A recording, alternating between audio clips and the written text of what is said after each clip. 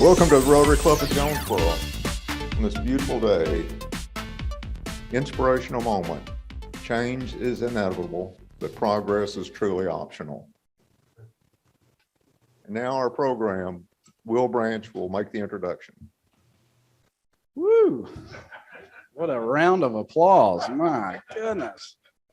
Man, I know y'all want to hear from Mark, so I will keep this short and sweet. Mark Young is the president of the Jonesboro Regional Chamber of Commerce, and he's also the president of Jonesboro Unlimited. He's married to his wife, Mitzi Young, and together they have 2 boys. He's been with the chamber for 15 years. So if you would, please join me in welcoming 5-time Super Bowl winner.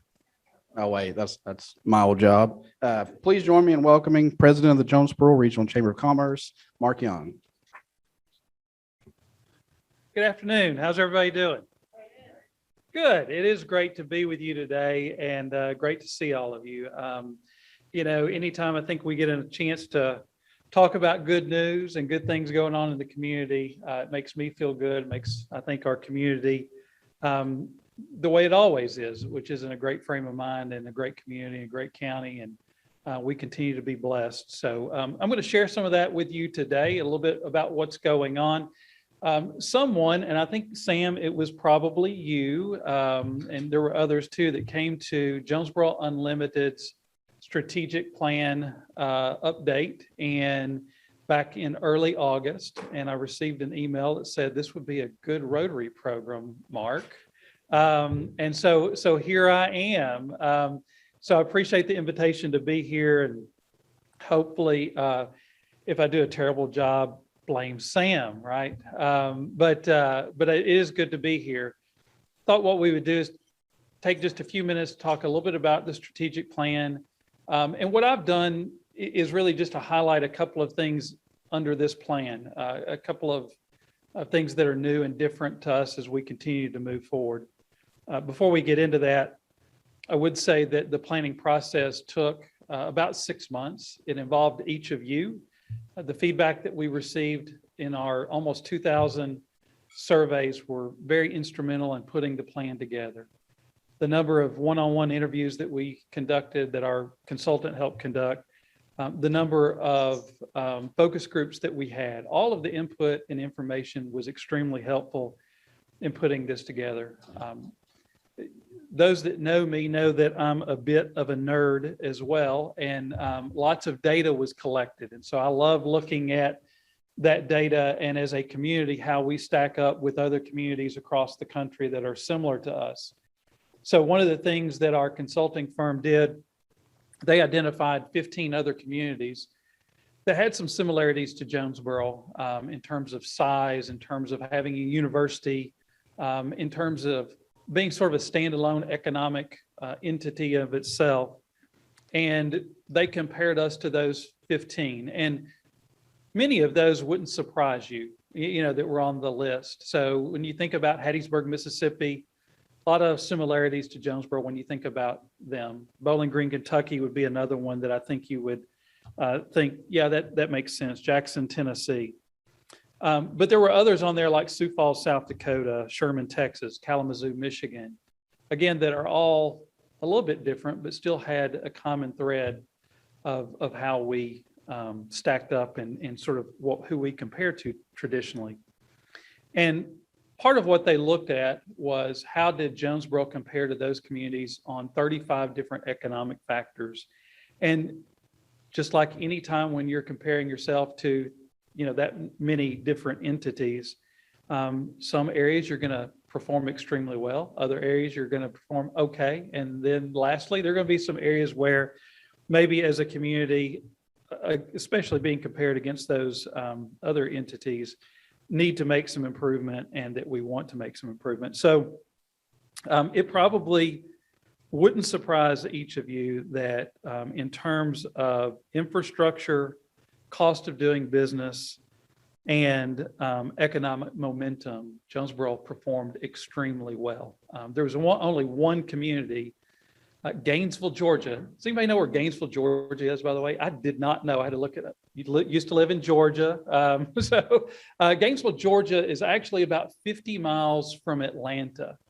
And they ranked first in job growth. We ranked second in job growth when you looked at a 5-year window period of time. And as I looked to find out more about Gainesville, Georgia, they're sort of riding on the coattails, if you will, of Atlanta.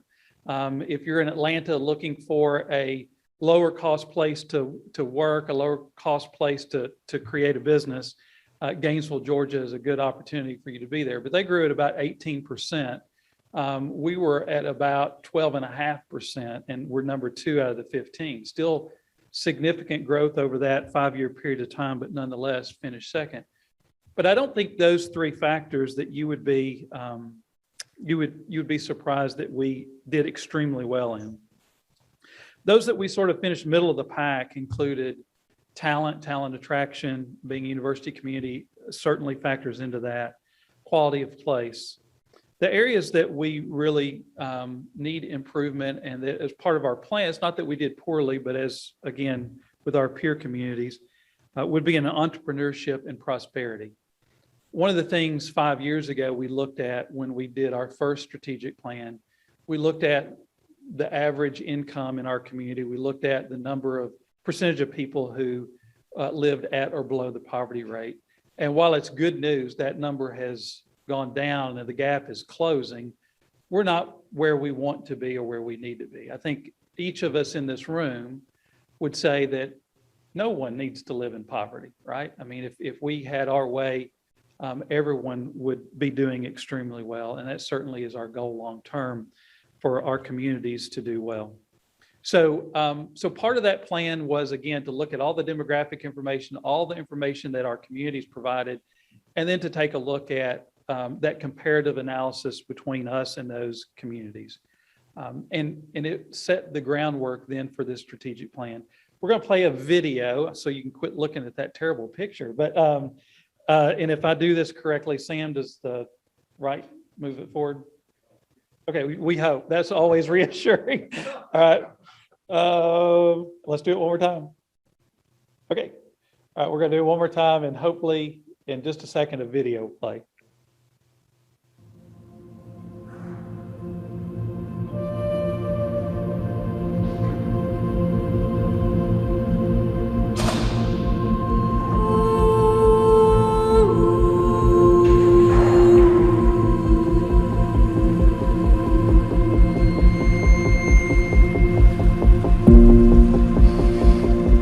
When you build momentum, it's hard to stop. And in Jonesboro's case, why would we want to? 4,000 new jobs and $500 million in capital investment across our targeted industries in 4 years of Jonesboro Unlimited's first 5-year strategic plan. Challenges met. Goals exceeded. When we set those goals initially, we wanted them to stretch us a little bit in terms of meeting those goals and helping companies create over 2,500 jobs in 5 years. We knew would make a significant difference. And we felt very comfortable that we would achieve that. To achieve that in 3 years was something that we couldn't have predicted. Since we unveiled our strategic plan in 2017, we have seen major expansions of existing Jonesboro facilities. 3 new factories built and 2 more currently under construction. A multi-million-dollar grant for a new rail storage facility, a new solar farm in development, massive growth in our ever-expanding medical community, a one-of-a-kind data center, and hundreds of millions of dollars in infrastructure improvements. The foundation for this growth was laid by the investment of community-focused companies and individuals, people who believe in Jonesboro's unlimited potential. We call it Momentum Jonesboro, a proactive response to opportunities and challenges. Our company got behind the Momentum Jonesboro campaign and felt it was critical for companies like us to take a leadership role in the campaign, and our intent is to keep that going forward. We need to put Jonesboro on the map, on the national map, in order to be able to recruit people, in order to be able to retain people, to have them think about Northeast Arkansas as a destination, a place to have a career, a place to raise a family, and a place to open a business, start a business. Expand a business. I think Momentum Jonesboro is critically important in helping that to happen. We must continue to lengthen the strides we made 5 years ago. or risk falling behind if we do not continue to fully fund our aggressive and proven approach to economic development. The last campaign that we had and the job creation that's happened over the last 5 years or so has been tremendous. So to me, that says let's do it again and do it bigger. You know, the results speak for themselves. I think we owe it to the community today and the community of tomorrow to really build off of what we did the first time and to keep going forward. We are always with our foot on the gas. As a community, we want to continue to move forward. When we selected the name Momentum Jonesboro for our first initial campaign to help us with our first 5-year strategic plan, that was not by mistake. As a community, you have momentum, and that momentum propels you forward. Over the last 5 years, we have celebrated, we have cooperated, we have overcome, all building to this. This is our moment. This is Momentum Jonesboro 2.0. Probably recognize the voice in the video is Craig Rickert. He does a great job for us, for those of you who know Craig. They asked me, Judge, to actually be the runner. They couldn't find a golf cart that would go that slow. So we had to find that young man. We're happy that he helped us do that. One of the things that you heard over and over in the video was to really build on the first 5-year strategic plan, to move forward after that first 5-year strategic plan.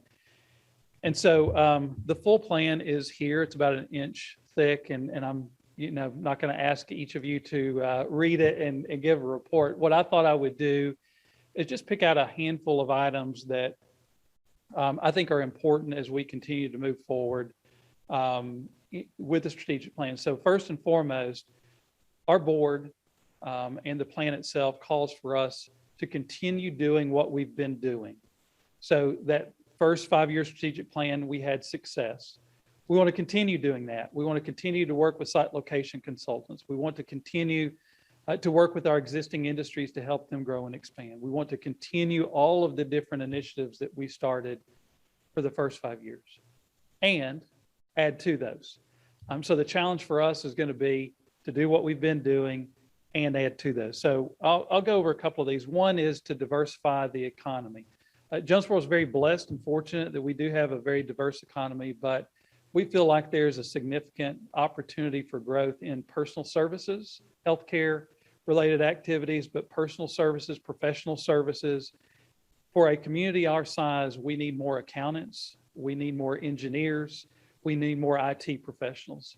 So part of this plan is specific around initiatives and activities that will help us recruit those individuals with that talent, and to also help us recruit those companies or work with those entrepreneurs to have them create those businesses in our community or grow those businesses in our community. And I think that's critical for us.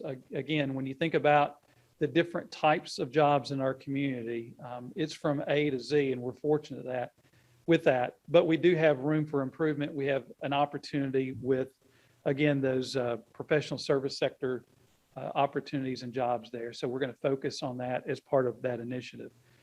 A second area for us is to amplify our recruitment efforts. First and foremost, we work with our existing industry. Many of you know that currently we have 5 companies that are undergoing fairly major expansions, and we're proud about that. I think anytime you see a company that continues to invest in our community, you should feel good about that, because that tells us that our community is doing things right. We've got the right kind of workforce. We've got the right kind of community. We're business friendly. We've got the right kind of infrastructure to help those continue to grow and expand. So today, when you look and you see that companies like Nestle and Campbell and Colson and Spirit are all in the process, and NicePack are all in the process of expanding, those are good things for our community. We're going to continue to work extremely hard to help those companies, but we're also going to continue to amplify our recruitment efforts and be specific in how we do that. A target industry study was part of this process, and so we've refined sort of our search process, if you will. So the companies that we're communicating with, the site location consultants that we're communicating with, are specific to the areas that we believe we can be of most success and have the most success. So we'll continue to do that and have hopefully that success that we all want to do and hope to achieve. The second area is probably the area that we've gotten the most attention and the most feedback from, and rightfully so. How many of you as employers today are having a challenge hiring people? Anybody? Okay. So one of the things that, historically we've done a pretty good job of is, again, helping companies grow and expand and also recruiting new companies. This initiative also has a piece of it where we're actually, where it says launch talent attraction campaign, recruiting people to our community so that they can take advantage of the opportunities that each of you who raised your hand have in your companies.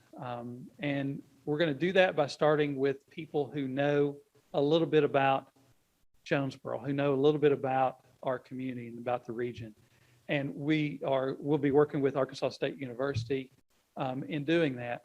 And I'll tell sort of an anecdotal story. And if I've told this more than once. So if you've ever heard this, I apologize. But this has been 2 years ago, just before the pandemic hit.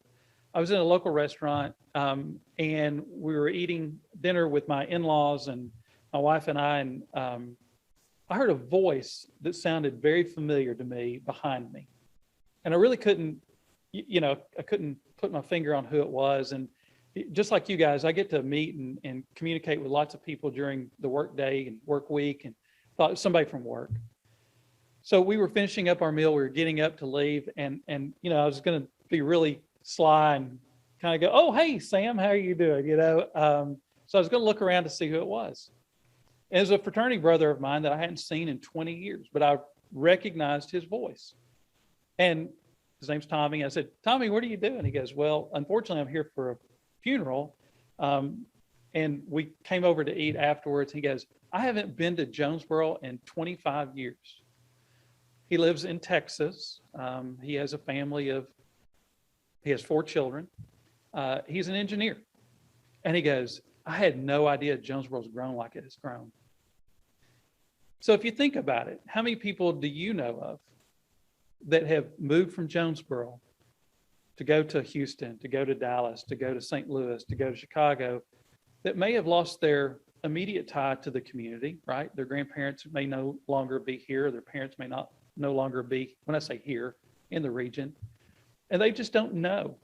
So we're going to make a concerted effort for them to know. We want them to know what a great community our Jonesboro is. We want them to understand the kinds of opportunities that are out there that maybe they just are not familiar with. And we've seen it time and time again with our existing industries. If you have had an experience with our community, if you've had an experience with Jonesboro, Craighead County, Northeast Arkansas, A, we're more likely to be successful in recruiting you here. And B, you're going to stay because you're going to love it, because you have a vested interest in this place, because you came to school here, you have family here, et cetera. So part of our talent attraction campaign is focused on the who. So there are different ways that we can target those individuals who, again, over the last 15, 20 years have moved to other places that we want to recruit back to our community. We won't stop there, though. We're going to recruit outside of people that are familiar with Jonesboro as well. And there's a way that we're going to do that geographically that makes sense. And again, we sort of have a playbook, if you will, on how we're going to do that. But it starts with putting together information, quality of life information, having a website put together for folks who are interested in coming to the community to have all the information at their fingertips. We've looked at lots of other best practices as part of this. There's a program called Remote Tulsa, who's been at this about 3 years, who's done an outstanding job. So if you want to take a look at a website that's of interest, that's something that we may be modeling, not specifically ours after, but looking at some of the things that they do extremely well. There are others out there too that we've looked at. So anyway, we're excited about that process and that project, and the existing employers that we have in our community have expressed their interest in that as well. So we're glad to get that off the ground and running. And that's actually even though technically our new 5-year strategic plan doesn't start until January, we've already kind of started on that. Don't tell everybody. But it's important that we get off to a great start with that. Last item there, again, and in the strategic plan, there are 30 of these under each of these categories, right? So under talent, if you will, talent and workforce development, there are a lot of initiatives. But the other one that was brought to our attention, again, really speaks to existing business and industry. So within different industry sectors, we have found that we have both ends of the spectrum. It's easy to hire people at the beginning stages of their career, and we've got a great number of people at the end of their career. What we don't have a lot of is the people in the middle. And what we heard through our focus groups is a lot of those folks that need to transition from that new employee, if you will, or relatively new employee to sort of that mid-management piece is leadership and some training. And so we've looked specifically in one particular category on how we might be able to help industry sectors develop people and make that transition again from sort of being a younger worker into that mid-management area as well.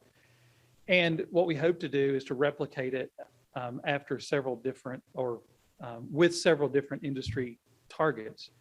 We've met with Arkansas State University, the Delta Center for Economic Development, and look forward to partnering with them as we roll those out, because the training is already here and it exists, and our role will be pulling people together who might meet that and need that. One quick item, this is not part of that program, but one thing that this week we actually started at the Chamber is our Emerging Leaders Program, which is a mentorship program.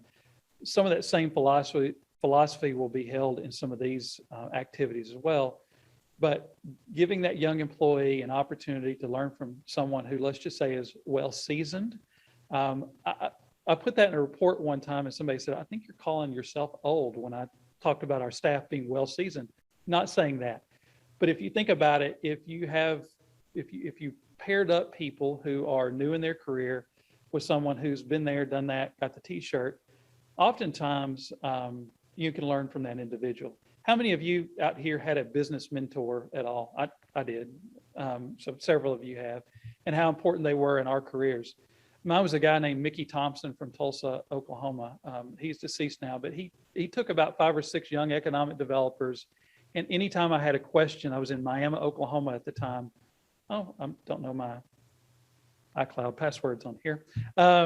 Anytime we had a problem, an issue, a concern, we would always call and reach out to Mickey and just say, hey, is this something you've done before and can you help us? And I think having those people in your life is important, even if it's beyond the kind of industry that you're in. So anyway, developing young leaders is going to continue to be an important part of what we do. Under infrastructure, a couple of items that I'll talk about. One is expanding industrial parks. You may have heard in the video mention of a rail storage facility. So I'll talk a little bit about the importance of that. It's been an ongoing project now for a couple of years. We hope that will be open actually in 2021, at the end of this year. But 2 things about our industrial parks, if you think about them. In Arkansas, I can count on one hand the number of communities. Actually, I can probably count on 3 fingers the number of communities that have an industrial site that's 100 acres or more across the entire state. And so we have always believed that, I was a Boy Scout, be prepared, right? As a community, we need to be prepared. And so having industrial property ready, developable, making sure that we have water, wastewater, broadband, electricity, all the different utilities available is important. Not just today, but for 5 years from now, 10 years from now, 20 years from now. And some of the projects that we're going to work on, I probably will not see to fruition, right? They'll come long after we're all gone. And if you think about this community, you think about, as an example, Interstate 555, how long did the community work on that? Sam, 30 plus years? He's laughing. Sam had hair. But that's infrastructure, and infrastructure typically doesn't change quickly. Future I-57 that follows US 67 is a very important project for us, even though it does not run through Jonesboro, but that's part of what we will be continuing to work on as part of our infrastructure activity as well. But in the industrial park, it's extremely important for us to continue to have property available for those companies so that we don't have to say, hey, if you'll give us 6 months, 12 months, 2 years, we'll build that rail to you. We'll build that water line to you. We'll build that sewer line to you. That doesn't happen. If you think about it, like you look at a house, how many of you are interested in buying a house that doesn't have water or sewer to it? You're trying to make a decision today, even if that person you're buying it from says, hey, don't worry about it. I'll get it to you in a week. That's not going to be the house for me, right? So we always have to be prepared. We always have to look forward. And so we have a plan to do that. I put promote downtown revitalization on here. Downtown Jonesboro is doing a phenomenal job. And for those of you who have been keeping up with that, again, kudos to that organization and all that they continue to do. Throughout our program, and I think throughout our community, there are examples of this. That's an item that Jonesboro Unlimited is not going to be responsible for, but what we are responsible for is advocating for downtown revitalization and helping DJA do what they want to do and participating when we can. So when they came to us recently and asked us to participate with a lighting project downtown, we gladly said, absolutely, we'll do that. So this will continue their process and continue as they continue to make progress downtown. So we moved here 20 years ago. I moved back 21 years ago. I moved back to Jonesboro in August of 2000. And if you think, for those of you who've been in Jonesboro that long, think about the changes that we've all seen throughout the community, but now think about the changes that you've seen downtown. Pretty phenomenal. So again, that's important to our community and for that quality of life that each of us are interested in as well. And lastly, probably the one that's for me the most difficult to get our arms around, or my arms around, and that is defining our identity. You know, we visit with people not just in the state of Arkansas, not just in the southern states, not just across the US, but across the world. And we want that identity that Jonesboro has to be clear and concise so that when we're communicating with someone, they go, that's Jonesboro, Arkansas, right? They know who we are. They know what we represent. They know the kind of people which we come from. And so a big part of marketing and branding comes under the idea of defining our identity. Again, Jonesboro Unlimited is not going to be responsible solely for that. That's a community activity. Craig will certainly be part of that, and he'll do a great job in looking at that. I'm looking out here. Hatton's been involved in a meeting or two, and Sam, I think you've been involved in a meeting or two where those discussions have started. Again, it helps us better articulate our community, our values, who we are and what we are as we move forward.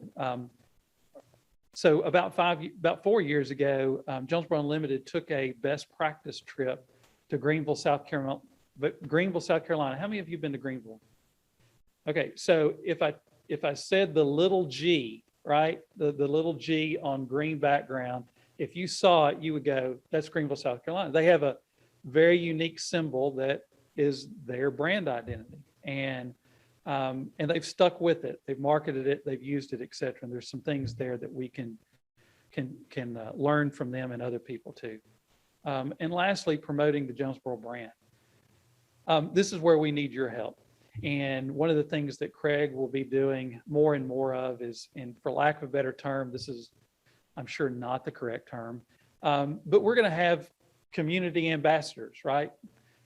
We want you to be part of that, telling our story, telling the Jonesboro story, telling the good things that happen in our county and our city, good things that our people are doing.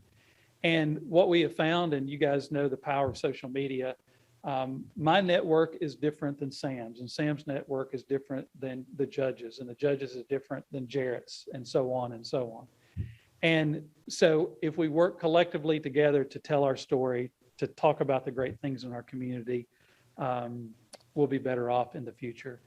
Craig has a plan to do that, an initiative to do that, and you'll be hearing more about that in the near future as well.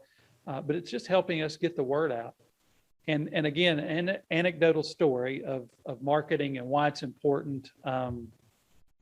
This has been 3 years ago. A group of people that we communicate with on a fairly regular basis are site location consultants. There's about, gosh, across the country, there's thousands of them, but there's about 300 of them that we sort of focus on and try to tell our story to. And we do that, we communicate with them on a fairly regular basis when we have something newsworthy to tell them. And I was going to go to an event where I was going to see some of these site location consultants, and the room was set up similar to this. This was prior to COVID, but 6 seats to a table, and there were about 200 economic developers there and about 25 site location consultants. We were in a big hotel, and we had an opportunity to pick the 4 site location consultants we wanted to have a small group discussion with. So I selected my 4 and I went to this event. So at a table just like this. And we got there, and this one particular site location consultant said, okay, if you'll just go around real quick and tell me, your name and where you're from. So we were doing that, and it gets to me, and I said, Mark Young from Jonesboro, Arkansas. He goes, you guys just had an announcement, didn't you? I said, yes, we did. He said, now remind me what, so we had this dialogue about the announcement we'd had literally 2 weeks before, and we had sent them correspondence, all the site location consultants, information about that announcement and about our community. He remembered it. It stuck in his head. It made a difference. He knew something positive about Jonesboro. And so for about 5 minutes, he and I sort of, I hate to say this, but stole the time from everybody else because he wanted to know more about it. So he asked me about the project. He asked me about the company. He asked about the number of jobs that it would create and the investment that was made. So telling our story is extremely important for lots of reasons. Not just making that connection with consultants, not just making that connection with companies, but making that connection to people who we hope someday will move here and work here and make this a great place to call home. With that, I'm going to stop and answer any questions that you have. That's a very high level. Again, if you want to get in the weeds, we're happy to do that. Where I usually live is in the weeds. So with that, I'll answer any questions you have. This is the easiest crowd I've ever been in front of, ever. There's something good about that. No questions? Sam. Okay. Employees or folks. I mean, what are we really going to do specifically in the short term to address the shortages we have for manpower? So it's a great question. One is to continue to work to recruit people to the community. So short term, what are we going to do to get people for employees? I said earlier, I confessed that I was a nerd. So if you look at the statistics, we're still short in terms of our workforce as related to this time 2 years ago. There were more people in the workforce 2 years ago than today. Some of those people are not going to come back to the workforce, right? Some of those people are going to come back to the workforce. They elected to leave the workforce for a variety of reasons. And so one of the challenges that this isn't just a Jonesboro challenge, this is an Arkansas challenge, this is a national challenge, is getting more people to return back to work and back to the workplace. That's number one. I've probably mentioned this to you guys before because it's sort of a pet project of mine. When you look at labor participation rate, so the percentage of your population that's of working age that can work in a community, what we have found is the state, this pre-pandemic, the state was about 58%. Craighead County was about 60%, and the national average is 64%. And you're saying, well, what's 4% difference? 4% difference is double our current unemployment rate, right? So if we had 4 additional % of the population in the workforce, that would solve a great deal of our challenges. A couple of years ago, when this topic was sort of a hot topic, I did some quick math and I confessed to James. He said, well, I grew up in West Memphis. I grew up in Blytheville, so it's a Blytheville math. So if anybody checks my math, I apologize. But in looking at some math, if we got up to the national average, we'd have another 1,200 plus people in our workforce. Well, so what does that do? That makes a significant difference in the number of people that are available to be hired, that everybody who raised their hand in the back a few minutes ago.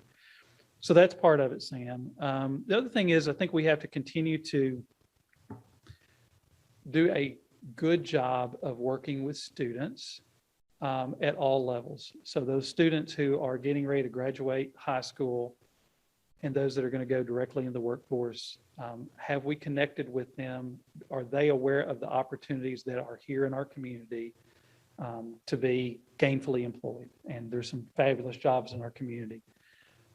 Are they aware of the training programs that exist through our technical college? For those students who are going to Arkansas State University, are we communicating with them? Are we doing everything that we can do to retain those students? I mentioned engineering earlier. We have companies in our community that probably would tell the A-State College of Engineering, Erica's back there, we'd hire every person you've got, right? So there's that opportunity that we need to do an even better job of retaining the talent that's here. And part of that's just through communication. Part of that's making sure that those individuals know about what's in our community, what's available.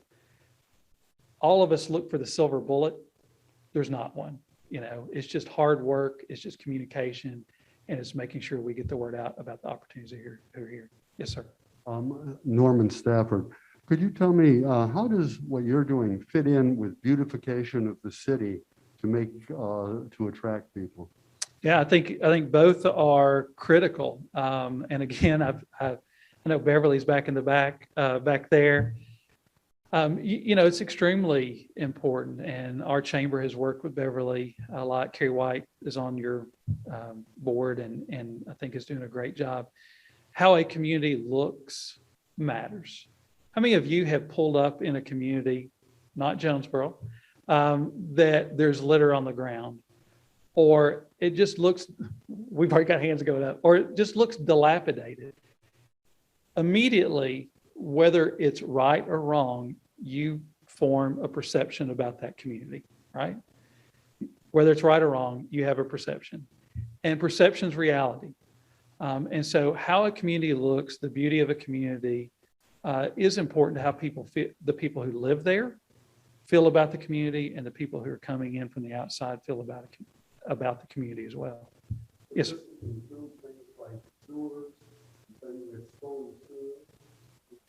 Just now, when you mentioned how you can tell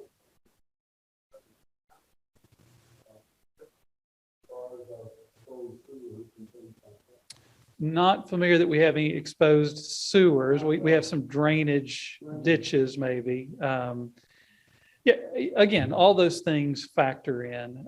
So when you're looking at, somebody help me on our square miles, 84 square miles, is that right? Close. You know, I think you start with the things that are low-hanging fruit and obvious, and those are the things, some of those things that we can control. We certainly want to be part of that, and then you move on to the bigger, harder issues in the future. A quick story. I mentioned Greenville earlier. I don't think they would mind me telling the story, but if you go downtown, they have a lot of public art. So you're talking about beautification, and I just noticed that there were a lot of things that were phenomenal. And I also looked as we were walking down a sidewalk in downtown, there's a poem that was written in the sidewalk. I'd never seen that before in a community. And I made the comment to my counterpart there. I said, that is really, really cool. He goes, we didn't want you looking up right there. I go, huh? He goes, we didn't really want you looking up right there. There's something that doesn't look great, you know, if you'd been stared up. But the point of it is every community has its fair share of challenges and things to overcome.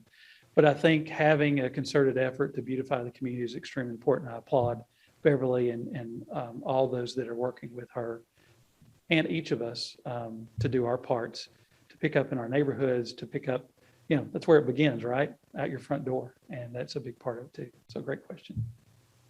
Other questions? Thank you so much for allowing me to be here. As we get closer to January, you'll hear more and more about the strategic plan. Anytime any of you have any questions or would like to visit with some of the details, I'd be happy to visit with you. Thanks so much. Thank you, Mark. Very good presentation. We're very indebted to the Chamber and Jonesboro Unlimited for all the important and critical work that you all do for our community. Okay, next week, our club meeting on September the 14th, we have Captains Charles and Terry Smith from Salvation Army. They're new to our community. Dana Kennedy and I had the opportunity to meet them about 2 months ago.